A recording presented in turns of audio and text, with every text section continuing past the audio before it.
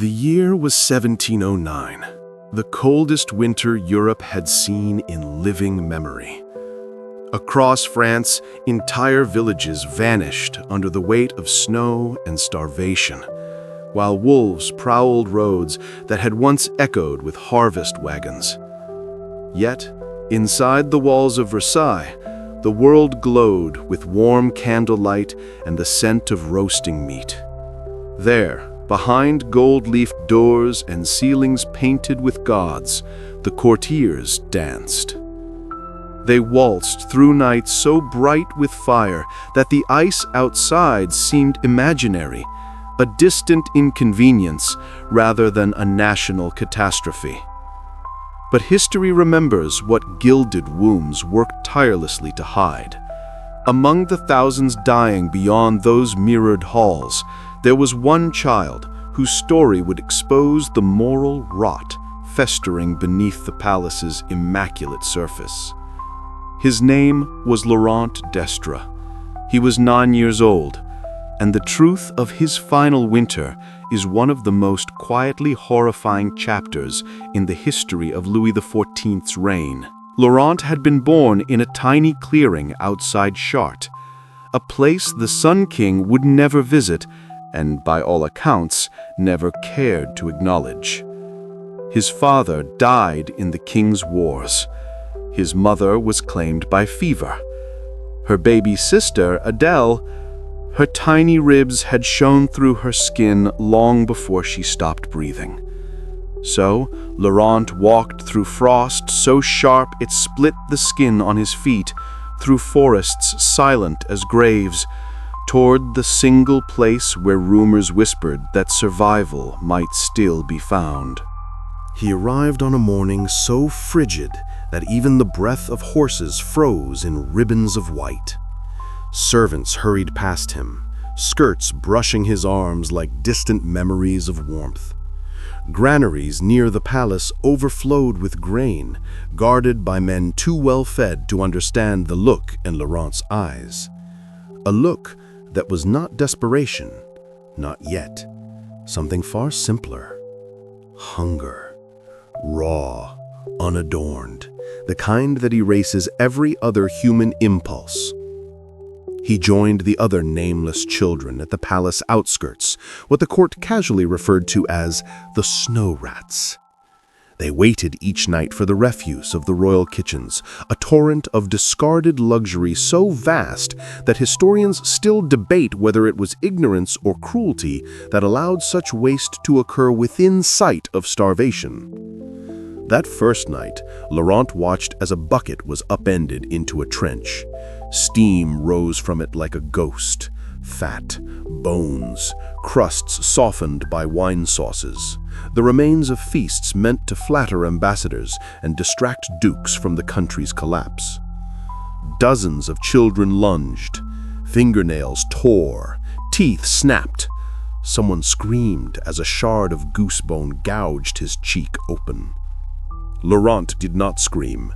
He plunged his hands into the steaming waste and ate until he choked, not because he lacked manners, but because his stomach, shrunken from weeks of deprivation, rebelled at the sudden richness.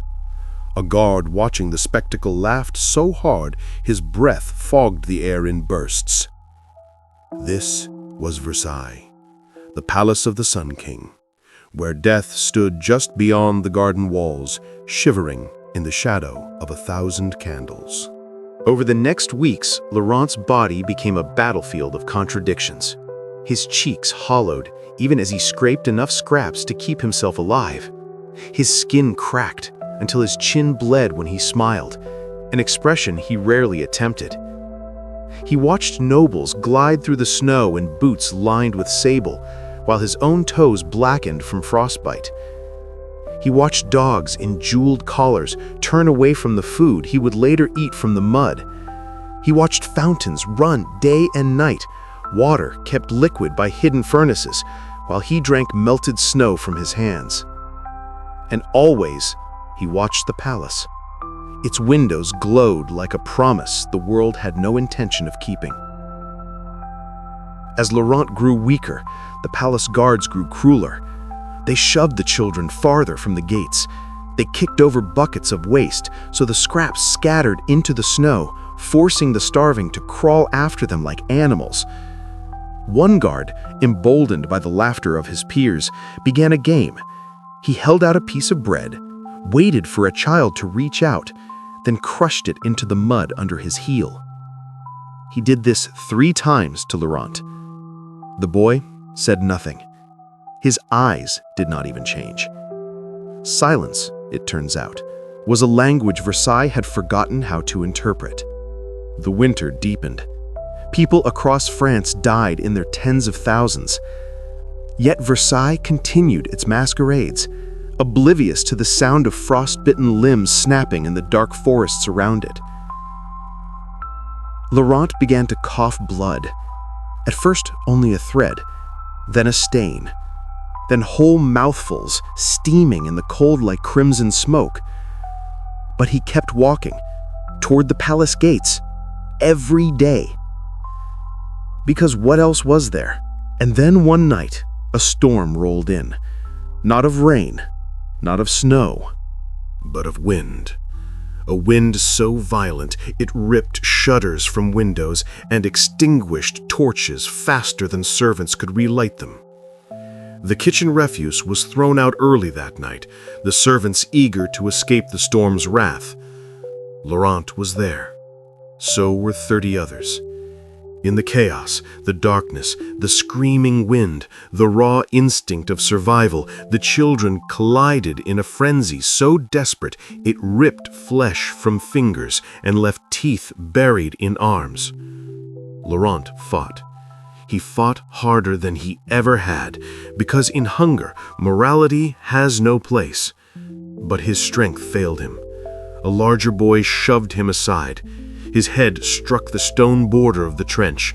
A crack split the air like a pistol shot. Laurent fell. He reached out once, blindly, toward the palace windows glowing through the storm, toward a world that never saw him, toward a king who never deserved to rule him. His hand closed on nothing. They found him at dawn, frozen in the position he had fallen, one arm outstretched, eyes half open, snow crusted on his lashes like tiny white gravestones. The guard who found him wrote only 2 words in the daily record: un enfant, a child. Not Laurent, not 9 years old, not starved, beaten, frozen, abandoned, just a child.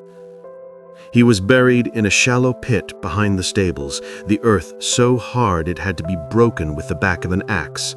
No priest, no candle, not even a stone. Inside the palace, breakfast was served. Roasted venison, warm bread, honeyed figs from Spain. A violinist played in the gallery.